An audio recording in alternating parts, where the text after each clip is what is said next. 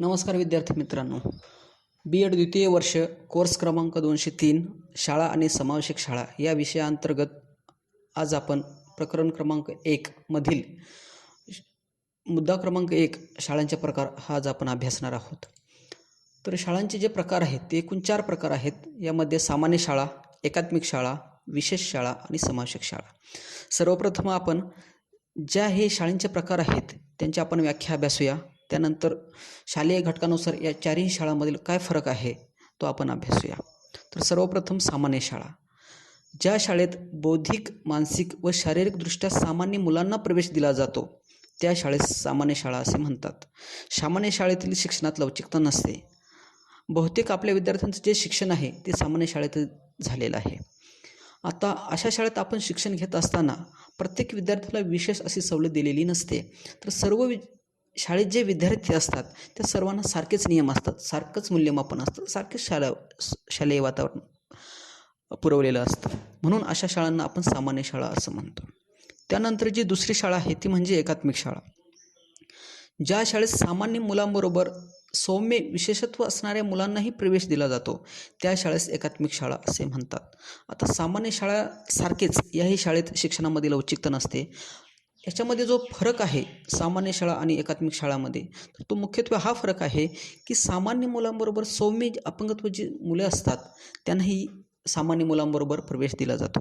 कारण असा एक दृष्टिकोन आहे की जी सौम्य अपंगत्व किंवा सौम्य विशेषत्व जी असणारी मुलं आहेत त्यांना जर का सामान्य मुलांबरोबर शिक्षणाची संधी दिली तर तीही आपला चांगल्या प्रकारे विकास साधू शकतात. म्हणून अशा शाळांमध्ये विद्यार्थ्यांना प्रवेश दिला जातो. अशा शाळांना आपण एकात्मिक शाळा असं म्हणतो. त्यानंतर विशेष शाळा. ज्या शाळेत फक्त विशेष बालकांना प्रवेश दिला जातो त्या शाळेत विशेष शाळा असे म्हणतात. अशा शाळा बालकांच्या विशेषत्वानुसार भिन्न भिन्न असतात. आता विशेष शाळा म्हणजे काय, त्या अगोदर आपल्याला विशेष बालकं म्हणजे काय ही संकल्पना बघावी लागेल. तर विशेष बालकं म्हणजे काय की ज्या बालकांमध्ये विशेष गुणधर्म असतात. काही बालके जे शारीरिकदृष्ट्या अपंग असतात किंवा काही मुलांचा बुद्ध्यांक हा खूप चांगला असतो, म्हणजे जी हुशार मुलं असतात अशा बालकांना आपण विशेष बालकं म्हणतो. मग अशा बालकांसाठी ज्या शाळा असतात अशा शाळांना आपण विशेष शाळा असं म्हणतो. जसं की बघा अंध मुलांसाठी असलेली अंधांची शाळा, हुशार मुलांसाठी असलेली नवोदय विद्यालये. त्यानंतर समावेशक शाळा. ज्या शाळेत सर्व प्रकारच्या बालकांना प्रवेश दिला जातो व बालकांच्या गरजानुसार शिक्षणात लवचिकता असते अशा शाळांना समावेशक शाळा असे म्हणतात. समावेशक शाळा म्हणजे थोडक्यात काय की समावेशक प्रकारची शाळा सर्व प्रकारच्या बालकांचं स्वागत करते. म्हणजेच त्या ठिकाणी सर्व प्रकारच्या बालकांना प्रवेश दिला जातो. मग अशा शाळेमध्ये सामान्य मुलं, विशेष गरजा असणारी मुलं या सर्वांना त्या ठिकाणी प्रवेश दिला जातो. काही विषय हे एक्झेन्सी असतात, काही विषय हे विद्यार्थ्यांच्या गरजानुसार हे भिन्न भिन्न असतात आणि या प्रकारे अशा शाळेमध्ये विद्यार्थ्यांना प्रवेश दिला जातो आणि अशा शाळांना समावेशक शाळा असे म्हणतात. त्यानंतर आता या शाळांमधील जो फरक आहे तो आपण अभ्यासणार आहोत. तर हे जे फरक आहेत हे आपण अभ्यासण्यापूर्वी काही आपण जे घटक आहेत ते निश्चित केलेले आहेत. तर यामध्ये शाळेतील प्रवेशाच्या अटी व नियम, अध्यापकांचे अध्यापन कौशल्य, अभ्यासक्रमातील लवचिकता, अध्यापन पद्धती, शिक्षण पद्धती, भौतिक सुविधा, शालेय वातावरण आणि मूल्यमापन या घटकांना अनुसरून आपण या चारही शाळांमधील फरक अभ्यासणार आहोत. तर सर्वप्रथम सामान्य शाळा. तर शाळेतील प्रवेश या दृष्टिकोनातून जर का आपण विचार केला तर बौद्धिक, शारीरिक, मानसिकदृष्ट्या सामान्य मुलांना प्रवेश हा फक्त सामान्य शाळेत दिला जातो.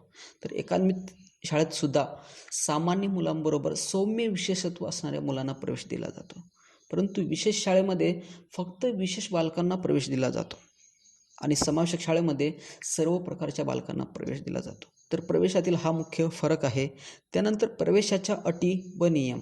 सामान्य शाळेत प्रवेश घेत असताना बालकाला त्याची वयाची 6 वर्षे ही पूर्ण असणे आवश्यक आहे. ही त्या शाळेत प्रवेश घेण्याची मुख्य अट आहे. एकात्मिक शाळेमध्ये सुद्धा वयाची अट ही 6 वर्षाच आहे. विशेष शाळेत मात्र अशी कोणतीही अट लागू गेलेली नसते, कारण वयाच्या अटीत आवश्यकतेनुसार या ठिकाणी बदल केलेला असतो.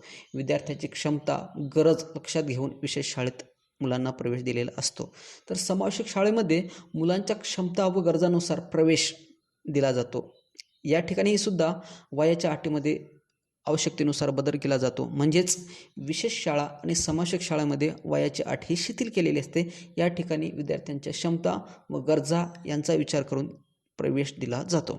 त्यानंतर अध्यापकांचे अध्यापन कौशल्य. सामान्य शाळेमध्ये फक्त सर्वसामान्य मुलांना शिकवण्याचे कौशल्यच तेथील शिक्षकांमध्ये असते. तसेच एकात्मिक शाळेमध्ये सुद्धा फक्त सर्वसामान्य मुलांना शिकवण्याचे कौशल्यच तेथील शिक्षकांना असते.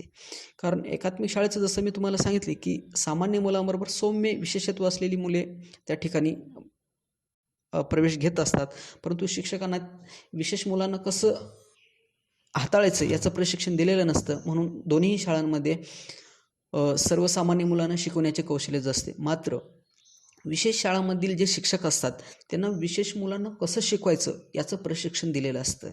म्हणून या ठिकाणी जे अध्यापन शिक्षकांचं जे कौशल्य असते, अध्यापन कौशल्य, तर ते विशेष मुलांना कशा प्रकारे शिकवायचं. उदाहरणार्थ घ्या, अंध मुलं असतील किंवा अंधांची शाळा असेल तर अशा शाळेतील शिक्षकांना अंध मुलांना कसं शिकवायचं याचं प्रशिक्षण दिलेलं असतं.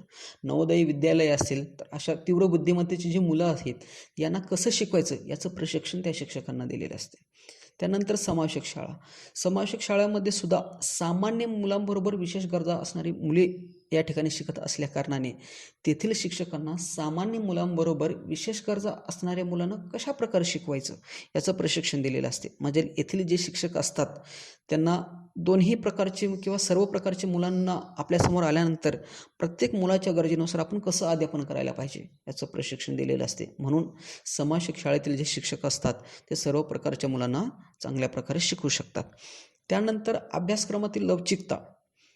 सामान्य शाळांमध्ये अभ्यासक्रमात कोणत्याही प्रकारची लवचिकता नसते. सामान्य शाळेतील जो शिक्षणाचा आकृतिबंध असतो तो ठरलेला असतो. जसं की बघा, आपण पहिलीला प्रवेश घेतल्यानंतर ते आपण जे शालेय शिक्षण पूर्ण करत असतो तर विषय ठरलेले असतात. त्यामध्ये विद्यार्थ्यांच्या गरजेनुसार विषयांमध्ये फरक केलेला नसतो. म्हणून सामान्य शाळेमध्ये जो आकृतिबंध आहे तो ठरलेला असतो आणि त्याच्यामध्ये लवचिकता नसते असं म्हणता येईल. एकात्मिक शाळेमध्ये सुद्धा सामान्य शाळेतीलच गोष्टी लागू पडतात. एकात्मिक शाळेमध्ये सुद्धा अभ्यासक्रमात लवचिकता नसते आणि शिक्षणाचा आकृतिबंध ठरलेला असतो. आता भलेही एकात्मिक शाळेमध्ये सामान्य मुलांबरोबर सौम्य विशेषत्व असलेली मुले प्रवेश घेत असली तरीही अशा मुलांसाठी विशेष कोणतीही सोय नसते किंवा अभ्यासक्रमात कोणत्याही स्वरूपाचा बदल केलेला नसतो. तर अशा मुलांसाठी सुद्धा जो सामान्य मुलांसाठी अभ्यासक्रम आहे तोच त्यांनाही पूर्ण करावा लागतो. त्यानंतर विशेष शाळा. विशेष शाळेमधील विद्यार्थी जे आहेत त्यांचं जे विशेषत्व आहे त्यांच्या गरजांनुसार अभ्यासक्रम हा ठरवलेला असतो. जसं मी तुम्हाला मगाशी सांगितले की जर मूकबधिरांची शाळा असेल तर मूकबधिर मुलांना कोणत्या गोष्टी आवश्यक आहेत त्यानुसार अभ्यासक्रमामध्ये बदल केलेला असतो. म्हणजेच विशेष शाळेमध्ये जो अभ्यासक्रम असतो हा लवचिक स्वरूपाचा असतो. समावेशक शाळा. आता समावेशक शाळेमध्ये सुद्धा विद्यार्थ्यांचे विशेषत्व, क्षमता आणि गरजानुसार जो अभ्यासक्रम असतो तो भिन्न असतो. जसं की मी अगोदरच म्हटलेलं आहे की समावेशक शाळेमध्ये सर्व प्रकारच्या मुलांना प्रवेश दिला जातो. मग प्रत्येक विद्यार्थ्याची गरज, क्षमता या भिन्न भिन्न असतात. म्हणून प्रत्येक मुलांना त्यांच्या भविष्यामध्ये उपयुक्त ठरेल असा अभ्यासक्रम तयार केलेला असतो. याच्यामध्ये फक्त एक गोष्ट लक्षात ठेवायची आहे, तो म्हणजे काही विषय जे असतात समावेशक शाळेमध्ये ते सारखे असतात आणि काही जे विषय असतात ते विद्यार्थ्यांच्या क्षमता, गरजानुसार हे भिन्न भिन्न ठेवलेले असतात. त्यानंतर अध्यापन पद्धती. सामान्य शाळेमध्ये जे शिक्षक जे अध्यापन पद्धती वापरतात ती मुख्यत्वे करून सामूहिक अध्यापन पद्धती वापरतात. कारण या ठिकाणी असं गृहीत धरलेलं असतं की सर्व मुले ही सारखी आहेत आणि त्यामुळं या ठिकाणी सामूहिक अध्यापन पद्धतीचा जास्तीत जास्त वापर केला जातो. एकात्मिक शाळेतसुद्धा तीच गोष्ट लागू होते. एकात्मिक शाळेमध्ये सुद्धा सामूहिक अध्यापन पद्धतीच जास्तीत जास्त वापरली जाते. मात्र विशेष शाळा आणि समावेशक शाळा यामध्ये हा फरक आपल्याला जाणून येईल. कारण विशेष शाळांमध्ये सामूहिक अध्यापन पद्धतींबरोबर विद्यार्थ्यांच्या विकासासाठी वैयक्तिक अध्यापनावर भर दिलेला असतो. तीच गोष्ट समावेशक शाळेला सुद्धा लागू होते.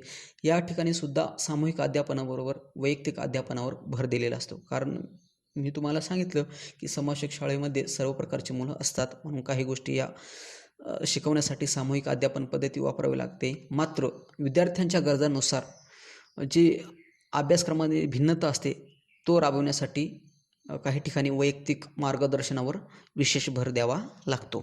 त्यानंतर शिक्षण पद्धती. सामान्य शाळेमध्ये जी शिक्षण पद्धती असते ती विषय केंद्रित असते. त्या ठिकाणी विषय हे ठरलेले असतात आणि त्या विषयांना अनुसरून शिकवलं जातं. एकात्मिक शाळेमध्ये सुद्धा जी शिक्षण पद्धती असते ती सुद्धा विषय केंद्रित असते. मात्र विशेष शाळा आणि समावेशक शाळा यामध्ये जी शिक्षण पद्धती असते ती विषय केंद्रित नसून विद्यार्थी केंद्रित असते. म्हणजेच काय की ह्या ठिकाणी विद्यार्थ्यांच्या गरजा लक्षात घेतल्या जातात आणि त्या पद्धतीने शिक्षण पद्धतीमध्ये त्या ठिकाणी फरक केला जातो. म्हणून विशेष शाळा आणि समावेशक शाळा येथील जी शिक्षण पद्धती असते ती विद्यार्थी केंद्रित असते. त्यानंतर भौतिक सुविधा. सामान्य शाळेचा जर का विचार केला आणि एकात्मिक शाळेचा जर का विचार केला तर सामान्य शाळा आणि एकात्मिक शाळा या दोन्ही शाळांमध्ये ज्या भौतिक सुविधा असतात त्या सामान्य विद्यार्थ्यांसाठीच्याच असतात. त्या ठिकाणी विशेष अशी मुलांसाठी सोयीसुविधा नसते. एकात्मिक शाळेत जरी काही सौम्य विशेषत्व असलेली मुले प्रवेश घेत असली तरी त्यांच्यासाठी भौतिक सुविधांमध्ये बदल केलेला नसतो. ज्या सामान्य विद्यार्थ्यांसाठी भौतिक सुविधा असतात त्याच त्या विद्यार्थ्यांना वापराव्या लागतात. मात्र विशेष शाळा आणि समावेशक शाळा यामध्ये विद्यार्थ्यांच्या गरजांनुसार त्या ठिकाणी भौतिक सुविधा पुरविल्या जातात.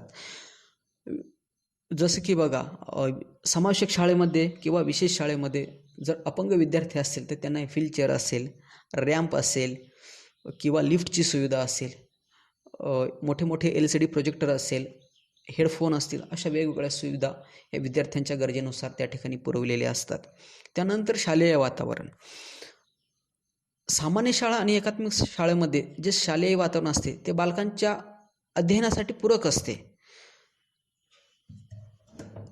आणि विशेष शाळा आणि समावेशक शाळेमध्ये विशेष गरजा असणाऱ्या विद्यार्थ्यांसाठी जे वातावरण असते ते अनुकूल असते. सामान्य शाळा आणि विशेष शाळेचा जर का आपण विचार केला गेला तर या ठिकाणी विद्यार्थ्यांचा विकास हा महत्त्वाचा असतो. एखाद्या विषयाचा अभ्यासक्रम त्या ठिकाणी राबवणे हा दृष्टिकोन नसून तर त्या विद्यार्थ्यांचा विकास किंवा ते भविष्यामध्ये आपल्या पायावरती कसे उभे राहतील याचा जास्तीत जास्त विचार हा विशेष शाळेमध्ये केला जातो. आणि समावेशक शाळेमध्ये सुद्धा सगळ्या प्रकारची मुले असतात म्हणून या ठिकाणी सुद्धा विद्यार्थ्यांच्या विकासाला अधिक महत्त्व दिलेले असते. त्यानंतर मूल्यमापन प्रक्रिया. सामान्य शाळा आणि एकात्मिक शाळा या शाळांमधील जर का मूल्यमापनाची प्रक्रिया विचारात घेतली तर यामध्ये मूल्यमापन प्रक्रिया आणि साधने ही समान असतात. विद्यार्थ्यांच्या गरजांनुसार त्या ठिकाणी मूल्यमापन प्रक्रिया आणि साधनांमध्ये बदल हा नसतो. तर विशेष शाळा आणि समावेशक शाळा या शाळांमध्ये मात्र विद्यार्थ्यांच्या क्षमतांचा विचार करून त्यांच्या गरजांचा विचार करून मूल्यमापन प्रक्रिया आणि साधनांची ही निवड केली जाते. म्हणजेच विद्यार्थ्यांच्या गरजा कोणत्या आहेत, विद्यार्थ्यांच्या क्षमता कोणत्या आहेत याच्यानुसार विद्यार्थ्यांची मूल्यमापन प्रक्रिया आणि साधनांची निवड केली जाते. असा हा सामान्य शाळा, एकात्मिक शाळा, विशेष शाळा आणि समावेशक शाळेमधील फरक आहे. अशा प्रकारे विद्यार्थ्यांनो आज आपण शाळांचे प्रकार